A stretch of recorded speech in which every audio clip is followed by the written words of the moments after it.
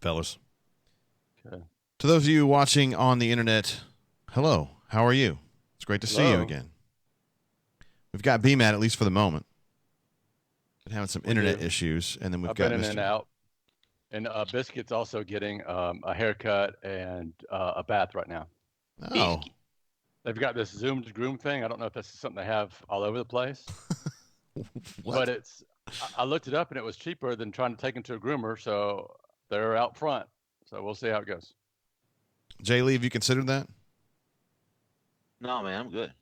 Okay. I didn't know if you need a shave or cleaning, whatever. That's not a bad idea, JG. Well, what's the personnel look like? Well, it's Mutt Cuts. It's these two guys, total idiots. One No, kind of man, looks like Jeff Daniels, and the other one looks kind of like Jim Carrey. They just came in from Colorado. They have ears on their van. Mutt Cuts, yeah. Uh-huh. All right, so we'll talk some basketball, some football. Jeffrey over here was sleuthing why Bayless Jones would be an Auburn target. He's got some ideas on that. Baseball takes 2 from Ole Miss, but Davis Daniel, hey. Yeah, it's a shame. So I have But to they ask got you. Jack Owen back, so that was big. Yeah, but he's So out of the bullpen, right? Jack, no, he's going to come back and be a starter here eventually. Oh, okay, eventually. Softball had a tough day yesterday. And then Equestrian won the Natty. Now you guys are pretty fired up about that, Jay Lee in particular. 1980. Did you put that out on Twitter? I didn't want to get Smallwood. Yeah, Trent would have had a hard time with that. Well, he got really turned over that when you did it in like January or whatever. Oh man, he like openly criticized me on Twitter for being a homer, and then I went back and liked one of his tweets where he was dogging Auburn, just to let him know, hey, We're watching. yeah, I got you, dog. Yeah, you got to keep an eye on those Georgia people. Oh man, I mean, They tend to get a little iffy sometimes. they play to their audience extremely well. They do. I think Meharry just got married. Who? I'd like to meet this girl. Paul Meharry. He's like their audiovisual podcast video guy. He's a really, really cool guy. He's real big into these Dawn of the Dead or Day of the Dead, like the skull stuff from Latin lore. I think he's got those like tattooed all over him. Nice. Yeah, it's kind of startling if you don't know about it. And you're like, dude, why do you have all these skulls tattooed on you? And I think each skull represents somebody who's passed on that meant a lot to him or something. Anyway, it's pretty cool. I don't have any of those. Thought about getting one for my sister, but I mean, the whole concept of her being an angel, my sister was kind of Hellraiser. I don't want to put angel wings or anything. I don't know how you feel about that. My sister specifically. Hey, Brian, I want to mention before we get started, Jeffrey and I talked about this. We are bothered by the fact that they sexualized Arya last night on the show. I did not want to see her titty. She's like 12 years old in my mind, and I'm not interested in that. Your thoughts? I kind of felt the same way. I wasn't, like mad about it, but I just was like, what I'm saying? I don't need that. Nobody needs that. I mean, it's okay to show. I mean, I thought the whole idea of her, wanting to experience, have that life experience before the big battle was fine. I thought it was a good, good for her, but I didn't need to see it. You're right. Nobody did. No. Except for those creepers. And I also view her as the 12-year-old little girl still too. So. Of course you do. That's what she is. I said 14. Well, she looks like she has bled, but not for long. That's good, Jeffrey. and hey, listen, I'm never the one to turn down a good boob, but last night I felt uncomfortable. I did too. I will admit I was like, hey, that her butt, she's in brilliant shape. She has a nice. Yes. Then I reminded myself this girl's 14, and I swear I was like, is somebody gonna be knocking on my door here soon? She's in real life. She's 22. So okay, is that right? Wow. In fact, they grow up fast. Yeah, she had a birthday just last week. So her name is Maisie Williams. How do you spell that? Maisie. Huh. like Daisy. I did enjoy the episode overall, though. I thought it was a great setup for what's coming next Sunday, which is going to be epic. I was so bored though. I'm ready for some Night King, bro. I hear you, but we had to sort of set it up, and I love some the of these fire. guys, obviously, some of the people that we saw last night will not be with us after next week's episode. So I think it was sort of finishing up their storylines in some ways. Yes, we're saying goodbye to Brienne, is what you're saying. I think, I think maybe Jorah, maybe Lady Mormont. Theon. I think Theon maybe saying goodbye. I think He's been on his last. Yeah, he's been on his last thread for a while. Dude, he's defending a guy who doesn't need a defense. He's going to be okay, I think. But I did like the powwow around the fire. I thought that was pretty cool. That was. Yeah. So many different characters coming together after all we've seen the last 9, 8 years. They're different journeys that all got them to this one room. Yep. It's gonna be crazy. Cool. I'm gonna fire this thing up. Y'all ready? Yeah, we're ready. All right, here we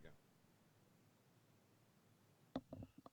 Hi, yo! Hello again, and welcome to the AuburnSports.com rundown presented by Voodoo Wing Company. This right here, this very show is your favorite podcast for all things Auburn. Today is April 22nd in the year of 2019. This is episode number 385 of this fine program, and we're like a million days away from Auburn's next football game.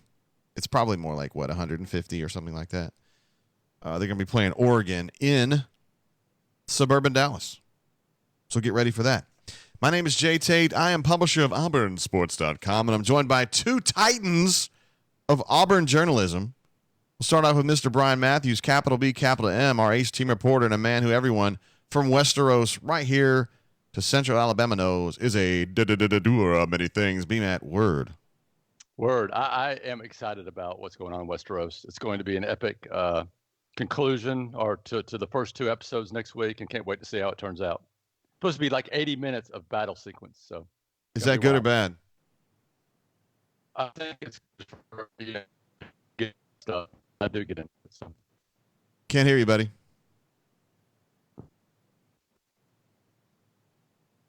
Hello. Yeah, you're in and out again. Yeah, I think it's great. I'm. I know. That's what it sounds like, didn't it? Well, that was a good start. We had a good start to the show. This is harder, man. Can you hear me? This sucks. Yeah.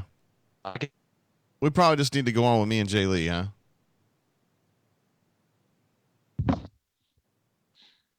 Yeah. What do you think, Jay Lee? Yeah, for those of you listening watching on the internet, Brian's been having some issues with his internet for the last, I don't know, month, 3 weeks, and it just kind of goes out randomly at times. I think it's his whole neighborhood is affected, and really, when it goes down, he's just done, and it makes it hard to do streams and shows, and then he'll pop back like he is right now, and then he's fine. Hello? Hey, Yeah. What up, B-Matt? What is up? I'm turning off everything. I don't think it's your computer. I think it's the internet line. Well, I could hear y'all fine. I don't know. It's really frustrating. Yeah. Well, there's turn no browsers off. Brian's like, what? I've closed my browser, and I plugged in to the hard line. So browser. Yeah. My brazier. I've closed my brazier. Attaboy. That was whoosh. I'm just going to go right back. I'm going to introduce you again, B-Matt. Okay? Well, all right. If I go out again, just fuck it. Okay, that's what we'll do. We'll just fuck it. We'll do it live! Tired of this! We'll start with Brian Matthews, capital B, capital M, our East team reporter, and a man who everyone from Westeros all the way here to Central Alabama knows is a doer of many things. BMAT, word. Good things going on in Westeros. I am fighting for the living. Looking forward to next week's episode. Yeah, next week's episode should be a doozy. It's going to be a lot of battle scenes. Yes. which I know gets BMAT really excited, particularly when Brienne is the one swinging that big sword of hers.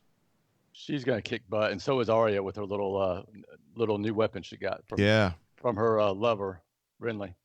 I mean, not Renly. What am I saying? Renly. Renly's way gone. That Gendron, right? Yeah, Gendry. Gendry. Renly. Close enough. Close. We're also joined. We're also joined here in the clubhouse by Mr. Jeffrey Lee, capital J, capital L, obviously, and a man who always surveys the recruiting landscape with remarkable plum and other landscapes as well, including Game of Thrones. J. Lee Word. How about you? Yeah, how about you, Big Daddy? How about you? Pretty fired up about that show last night, weren't you? I was. I liked it. I liked the powwow around the fire. I like to see all those guys coming back together. The Brienne of Tarth, now a Sir. Yep, that was a little misty-eyed right there. That was nice. Yeah, Misty-eyed. I've always liked the relationship they've had. Her and Jamie have had. Yeah, it's kind of an interesting situation, isn't it? I feel like a lot of the people in the bunker thought that was going to be a romantic thing, but I never saw it that way. I just saw it as she wanted respect from somebody who was respected, and she got it. And Khaleesi, she's kind of getting on my nerves. A little bit. I mean, she's kind of an entitled little bitch. She was giving Tyrion hell, wasn't she? I thought her response to Jon was when he told her who he was. It was like, oh my gosh, I'm not the rightful heir. Well, that's like been the whole thesis of her life to this point, is trying to get back on that throne. And if she finds out she's getting cockblocked by her boy toy, that's kind of a bummer, right? And they didn't even talk about him actually being her nephew either. How did that not come up? She's busy. She's got her mind on other things. Yeah. Damn nephew. I also want to mention, this is not a Game of Thrones show, and I don't want to go too far off the rails here, but Jeffrey Lee and I were talking earlier. I disagreed, we both did, with the sexualization of Arya last night. I did not want to see her titty. No, I don't know as though anybody did, except for some teenage guys maybe. The actress is 22 years old, so that helped me a little bit knowing she was actually of age, but Brian, that was not necessary. So I'm mad at you about it. I still see her as the 12 or 14-year-old, whatever it was when she started the show. So, yeah. Yeah, I just don't. And Jeffrey Lee, do you want to put into words how you felt? Uncomfortable. Yeah. It wasn't needed. It wasn't necessary. They could have shown them kissing and just kind of let the mind wander. I did not need to see it. Yeah. There's been a couple of situations in this season that I thought were a little cringy. I didn't understand the whole never-ending story thing where they were on the dragons and that thing, the first episode of the year. That just seemed really cheesy to me, like 85. I did not like that either. And then the whole, she went to him and wanted the little spear. I thought the dialogue was cringy. I don't know. Yeah. Maybe my expectations. Yeah, maybe my expectations are too high. One place where my expectations are never too high is at the Voodoo Wing Company, because the food is so delicious. Every time we go in there, you got the piping hot chicken, you got the clean establishment, you've got the extremely competent people that are working the counter there every single time. There's a level of professionalism there, and you think to yourself, why would I care about professionalism in a fast food restaurant? Well, go and enjoy it and see what I'm talking about. Voodoo Wing Company is just delicious food. The people that know exactly what they're doing are the ones doing it. And I'm just going to kind of leave it at that. We eat there pretty frequently. During the season, we're there once a week. And then out of the season, we're there a little bit less likely. But you'll never have a bad experience. I can't imagine how you would do that or why you would do that. Anyway, Voodoo Wing Company is on College Street, 0.3 of a mile north of the interstate there in Auburn. They also have 2 locations in Las Vegas, off the Strip if you're out that way, and they'll soon be expanding into an Alabama city near you. Voodoo Wing Company, check them out on their website at voodoowingco.com. We may have lost Brian again. It certainly seems that way. So we're just going to move on with what we were going to do anyway, which is start off with the fact that Rajon Tucker visited Auburn this weekend. Rajon Tucker is a 6'5" wing, played at Arkansas Little Rock last year, 20.3 points, 6.7 rebounds, and shot approximately 42% from three-point range, 41, 42, somewhere in there. He spent the first 2 years of his career at Florida Gulf Coast. where he was pretty dang good. And then at Little Rock, he was an outstanding player on a poor team. And ESPN recently did a top 50 available graduate transfers, and he was ranked number 2. So this is a guy that a lot of programs want. And Jay Lee, it sounds like things went really well for Auburn this weekend. Extremely well. Came down with his mother, younger brother, which I thought was big. They spent all weekend, Easter weekend here in Auburn, met a lot with Wes Flanagan, who recruited Tucker to Little Rock, first guy that recruited Ray John Tucker out of Florida Gulf Coast. So there's a prior relationship there. There's a good relationship he has with Flanagan. So there's a lot working in Auburn's favor off the court. Then you look at the situation on the court, the openings that they have with Bryce, specifically. It looks like that's the hole that they're trying to fill here with the 2 or 3, a wing, a shooting guy. Mm-hmm. And as we established before the show with some numbers, I think you had him at 42% from the 3-point line. He's shooting around 6 per game at Little Rock. Really good shooter, but also, what was his numbers going in the paint? He gets to the hole, doesn't he? Yeah, he was averaging, I think, approximately 7 fouls per 40 minutes driving to the hole, which is a high number. So he was a guy that just did a lot of stuff for Little Rock. He drove to the hole and got there. He shot free throws well. He shot threes well, and he shot pretty well from 2-point range too. He was a very complete player for them, and that's why so many people want him. Auburn, as you mentioned, has a good inside track because his former coach is Wes Flanagan, who's now an assistant at Auburn. So you think Auburn's got a good shot there, but he's being recruited very heavily by West Virginia, Memphis, Iowa State, and Kansas. So it's good. Yeah, so there's a lot going on there.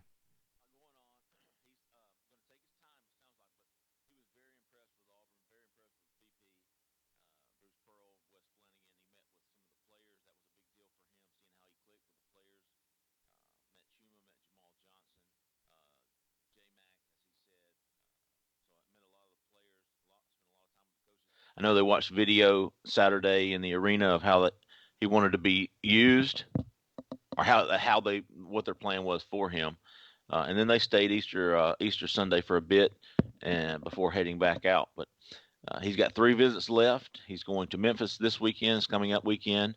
He'll go to Iowa State the weekend after that, and then Kansas will be his 5th and final official visit, and then he's got to decide after that where he's going to go. And this is how he's going to do it. And I thought this was probably the right way to do it. He's going to commit to a college, and then he's going to decide if he's going to go to that college or not. So he's not going to get to the point where he's waiting on this NBA papers, projection, whatever, the draft, before making the decision where he's going to go to college if he does return to college. So he's got 2 big decisions. Does he go to college, stay in college, and if so, where? And I would say, and he even said this after his visit to Auburn, that Auburn's a place to beat. His words. So Auburn's got the inside track here with Memphis, Iowa State, and Kansas left. Dang, it's gonna be that's a tough line of suitors, man. NCAA tournament teams. Memphis was off this year, but you think Penny Hardaway is going to get that stuff going? They're recruiting at a very high level at this point. He plays small forward, but he can play shooting guard as well, and I don't think BP would be bothered by his extra length there. The situation is interesting with the roster. We were kind of talking about this before the show began. If you start looking at Auburn's roster, it's getting crowded. I think it's fair to say, Jay Lee. It is crowded, yes. We've got 6 guys that we know for sure are going to be here next year. 100%. Guys that have been at Auburn, that are going to be at Auburn next year. That includes Austin Wiley.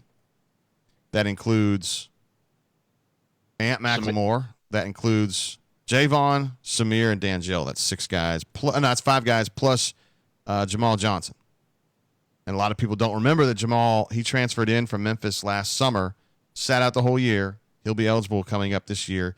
He's kind of a shooting guard by trade, 6'2" and he played his freshman year at Memphis, and then he transferred.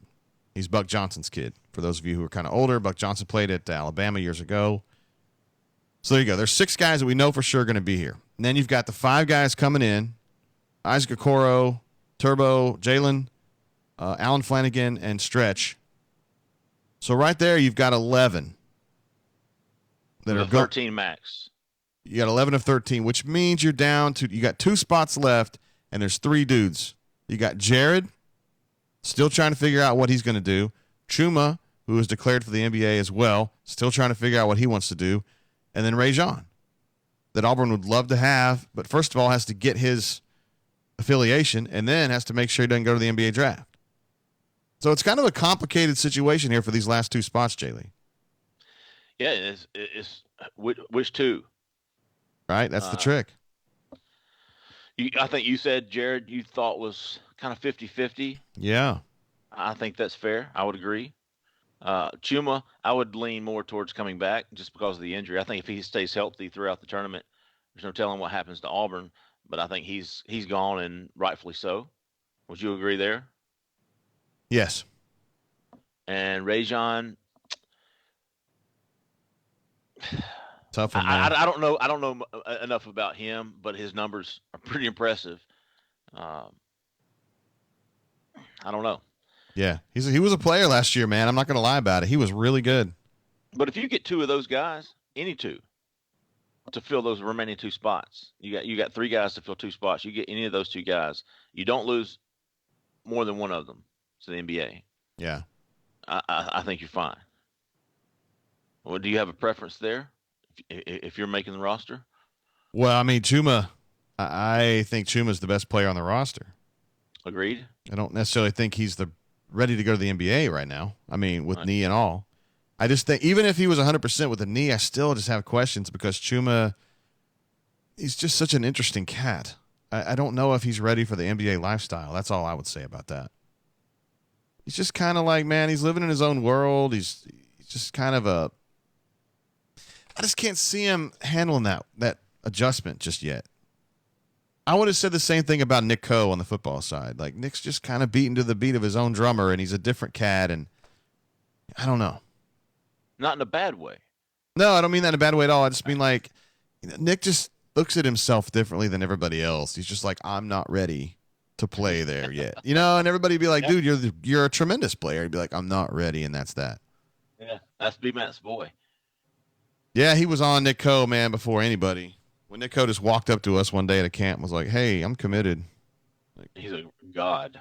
You're like, I remember how he's built without the pads on, man.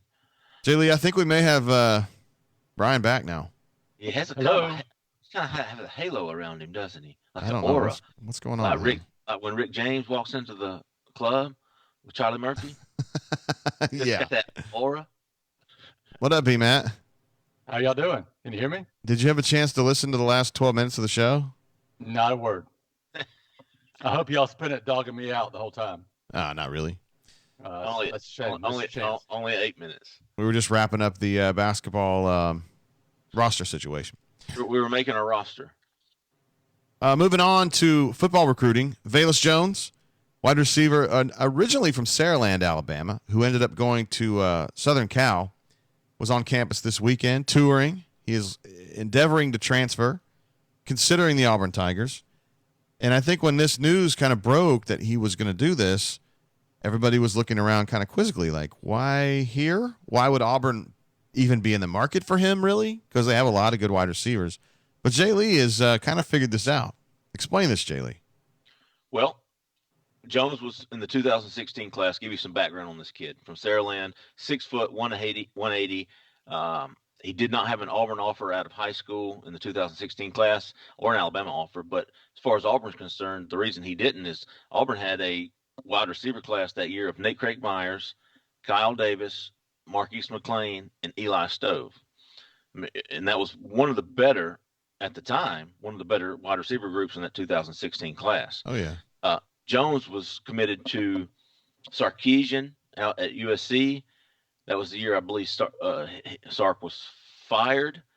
Jones decommits from USC, commits to Oklahoma. 2 days later, Clay Helton and T. Martin are hired at USC. Jones flips back to SC and ends up going there. Redshirts a year, plays redshirt freshman. I think he had 6 catches. But he really started to come onto the scene as a redshirt sophomore this past season. He had 24 catches, I think almost 300 yards. Very slippery guy. Did a lot of kickoff returns. I think he averaged almost 25 yards per return on kickoffs.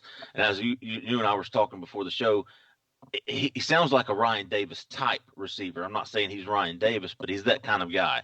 He's not a Seth Williams height wise, but he's fast, slippery, can do a lot of things, I guess, out of that slot where Ryan Davis was so effective for Auburn last year and in the return game. So, but anyways, he wants to get back. Everybody was asking Friday night, and this was something I was unclear about. Is this guy a grad transfer? He's been there for 3 years. Does he have to sit out? Well, I found out that he has petitioned the NCAA for a hardship waiver for what he deemed family. I think there's some health concerns there with his grandfather. He wants to get back closer to home. He said he fully expects that to be granted, eligible immediately with 2 years left to play. So he's got to figure out where he wants to go. He's visited Western Kentucky. He visited Tennessee, where T. Martin is now. So there's that relationship. It's kind of like, it's very similar to Rajon Tucker, Wes Flanagan. Then you've got Bayless Jones and T. Martin at Tennessee. So Tennessee would be Auburn's biggest competition there. But Bayless came in with his his father and his cousin. And he was excited to be back in the state of Alabama, back closer to home. Met with Cody Burns. He had some surprising things to say about Gus Malzahn. You don't hear a lot of recruits. He was almost starstruck by Malzahn. Like, wow, it was amazing to meet this guy. I've Really? looked up to him. Yes. Wow. Looked up to him since I was in middle school, and it was just amazing to meet him in person, and hear what the plan they have for me. And he's going to finish classes in the first week of May, I believe, May 9th or 10th at SC, and then he's going to transfer to his school with 2 years eligibility left. I think Auburn's in good position to land him. Now we're going, why? Well, like I said, that 2016 class, well, you signed 4, but only 2 of them are here. Craig Myers left, Davis left. And then in 2017, that very next class, they only signed 2 wide receivers, Iggy, who's now at cornerback, and Sal Cannella. So you've got 3 wide receivers from 2016 and 2017 on the roster. And then you've got the 4 from 18, and then only 2 from 19, Deshaun Sheffield and Javarius Johnson. So the half the roster is made up of that 2018 class: Schwartz, Seth Williams, Matthew Hill, Shedrick Jackson. That's 4 of the 7. Yeah, so Bayless then can kind of be that older guy. They don't have any top heavy receivers on the roster. They've got 3. Yeah. So he would be an added redshirt junior. And so you're starting to see the need where Auburn's trying to fill here. At first I was thinking, well, they missed out on George Pickens. They want to get another wide receiver in this class. And that might be some of it.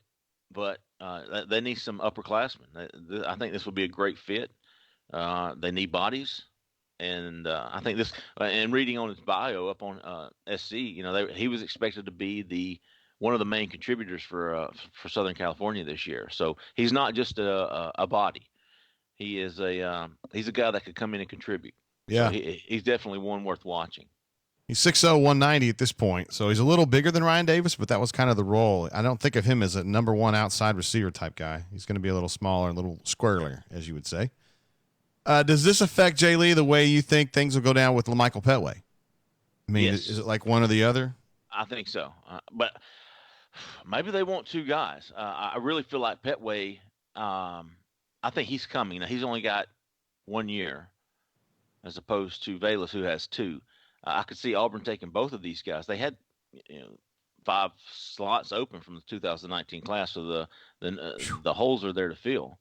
And if you can't fill them with offensive line, the need being next on the offense is at wide receiver. So I could see them potentially taking both. I would not be surprised if they took both. I think what this might affect as far as the 2020 class goes is a JUCO wide receiver who Auburn offered Danny Gray, same school, Colin. Not Colin, I'm sorry, Blinn, from where Cam came. Yeah. And they had offered Marco Dumio, a cornerback, JUCO cornerback, who's going to visit. But I think Danny Gray, the JUCO wide receiver, who would have 2 years left to play, then that might affect him. But he's going to visit. I'll have a story on him tomorrow. But Auburn, will that change if Auburn can get Bayless Jones? Potentially. I don't think it'll affect Petway as much. Right, Petway, and for the record, Petway is the young man from Arkansas who's looking to grad transfer. He's a much taller, longer dude. He's an outside. Sammy Coates going to go up and try to get the ball. And Bayless Jones, again, kind of a speedster, ground squirrel, going to catch slants and inside bubbles and stuff like that.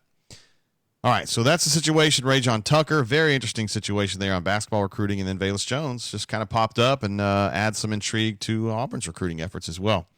Moving on to baseball, Brian Matthews just put up a story. I think you had it first about Davis Daniel facing season-ending surgery. We were worried about this. He came out of a start a long time ago. They've been trying to rehab this conservatively.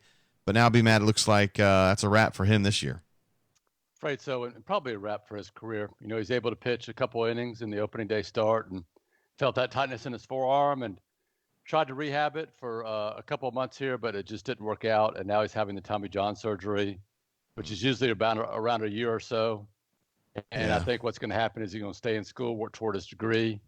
And then when he starts to get healthy or when he's healthy by next year, probably go into the draft. So, I don't want to say for sure he's never going to pitch at Auburn again, but that's probably it for him. That's tough. And they kept thinking, who's going to be their number one, and they go down. They did get some good news, though. Jack Owen is back pitching and looks pretty effective, B-Matt. That you were thinking, we talked before the show, that he's not going to be in the bullpen forever. You think he'll be moved up to the rotation here at some point? Well, in fact, he may go into the rotation this weekend at number, I think it's 4 Vanderbilt, number 6 or 7, whatever it is, at Vanderbilt this weekend, Thursday through Saturday. He did pitch 2.1 innings in his first appearance in several weeks against Ole Miss. Was pivotal for holding them down in Saturday's come from behind 10-inning win there. And, he had a goal of staying under 35 pitches and was able to throw 2.1 innings and stay under that 35. So that's just how efficient he was. And, I think they can bump that up. And the way he throws, he could possibly start at Vanderbilt. And that would be a big addition to this team. Do you think they can get the College World Series without Davis Daniel? Yeah, they could. But really the thing that's limiting them right now is their lineup. They're just not hitting like they should be. This should be one of the best hitting teams in the SEC, and it's just not happening. Some guys that you thought would take a step forward have instead taken a step back. But, the season's still ongoing. Those guys could turn it around. They could get hot, And if they can do that, this team could really be special, could be really dangerous. A reset for the weekend. Auburn took 2 of 3 from Ole Miss. That rubber game went extras, and Auburn had a really nice come-from-behind win there late. I think Connor Davis had the big hit there. 2 out, bases loaded single. Just huge play. Auburn is now 26-14 overall, 10-8 in the SEC, and those who are casual observers might be like, that sounds mediocre, but the SEC is really good. And Auburn's played a bunch of really good teams, and they got another one coming up. They're at Vandy next weekend, so it's always a gauntlet, man. It's the way it is. Yeah, there aren't any breaks in this conference, and Auburn is ahead of last year's pace as far as conference wins. There you go. They're pretty good. Quick reset on softball. They had a doubleheader yesterday at Kentucky. Lost them both 7-0 and 7-3. They're going to have the final game of the series is tonight in Lexington at 6 o'clock. It's going to be on the SEC Network if you guys want to watch that. The team is 34-12, 9-8 in the SEC, and everybody in the SEC gets in the tournament there. So they're just basically setting up themselves for the NCAA tournament. Still waiting on Michaela to come back. She's out of her cast. She's in a splint now. I just don't know, and I don't think. Up with her a little bit. I haven't heard. So close. Yeah, I know. We got like 5 minutes with him. D-Matt, you still there? I can go. We're probably just going to have to say goodbye, man. I mean, seriously, we're just going to have to go without you because we keep losing you, and then it messes everything up. So. B Matt. I'm here. You're done, son. You're done, son. I hate doing it to you, but we got to go. I'll holler at you. I just had to bump him off. This is terrible. So sad, Jay Lee.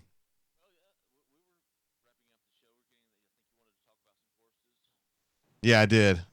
First thing I got to do, though, is I got to resize all these cameras for the video stream. Because when Brian goes haywire like that, it messes up all the cameras.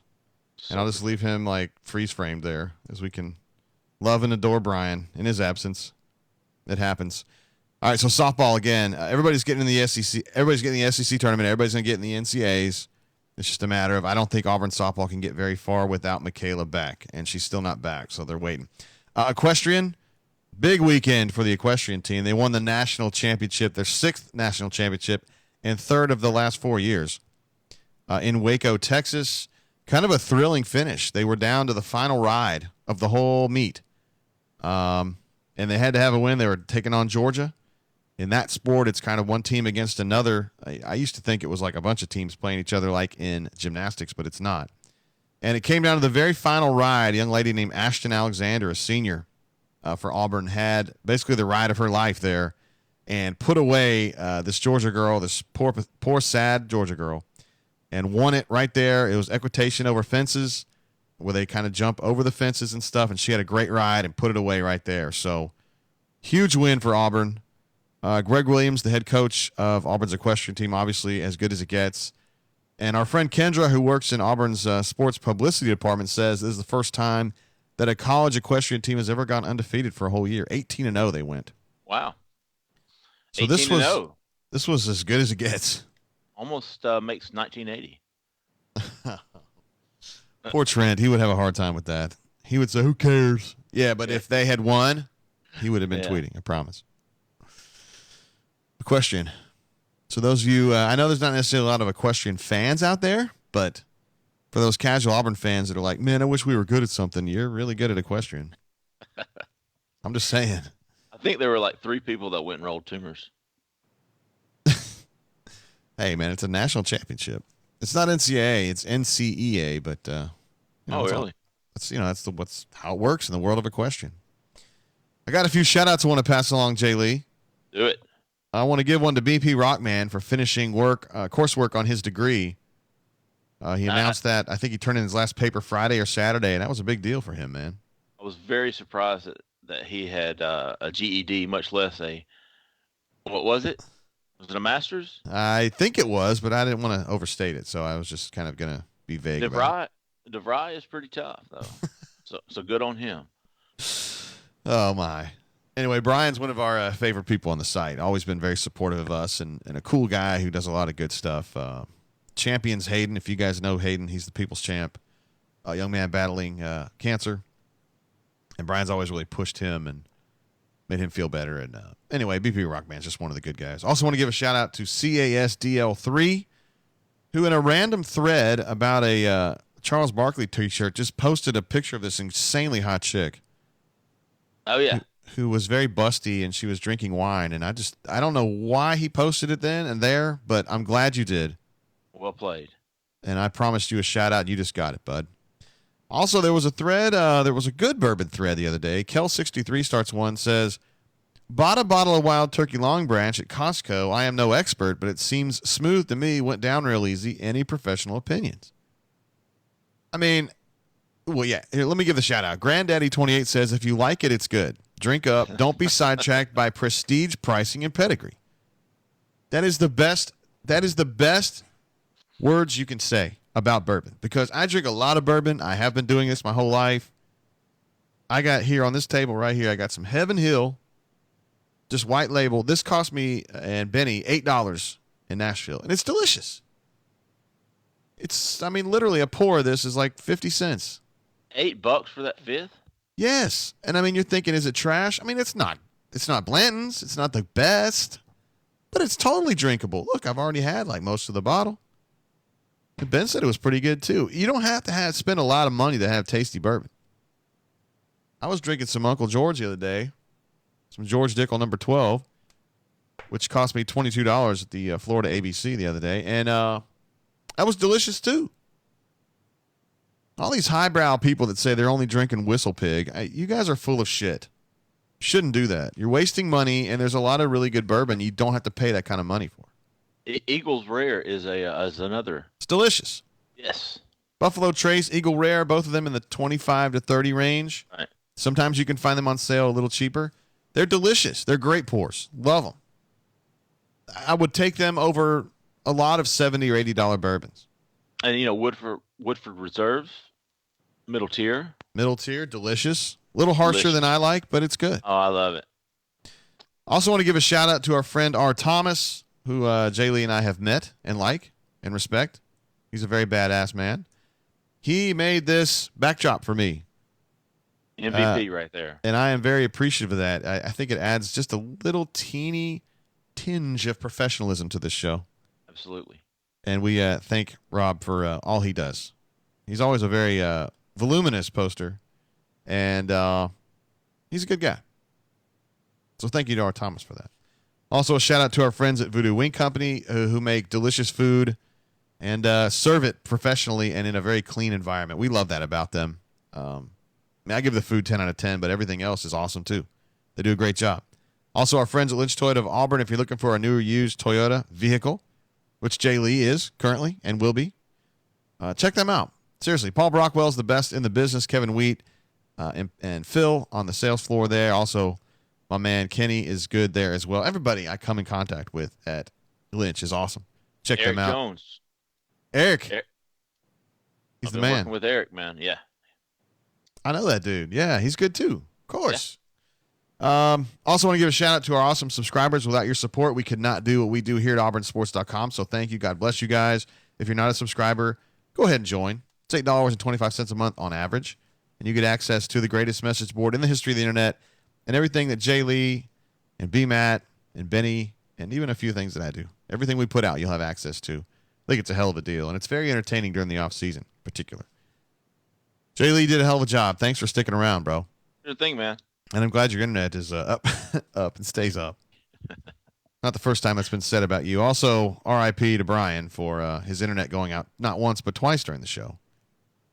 And we had to take him off the show. We had to forcibly remove him from the show. He wanted nothing more than to be here for his subscribers and listeners, but we had to say goodbye. Just like we had to say goodbye to Arya's top last night, which is totally unnecessary. And bottom. Oh, yeah. I don't even want to talk about that. So we're going to wrap it up there, guys. We'll see you again a little bit later in the week. Until then, keep your feet on the ground and keep reaching for the stars. We're done, son. Good stuff there, Jay Lee. Thank you, man. I'm going to have to edit 8 minutes of that out. Where B-Matt, you there? B-Matt? Brian, you there? Sucks. Good. Damn it. All right, man. Good stuff. All right, homie. You be good out there. All right, dude. To those of y'all out there on the internet, thanks for watching. Y'all be good. I'm going to go talk to Eric Jones. Me too. See ya. Man.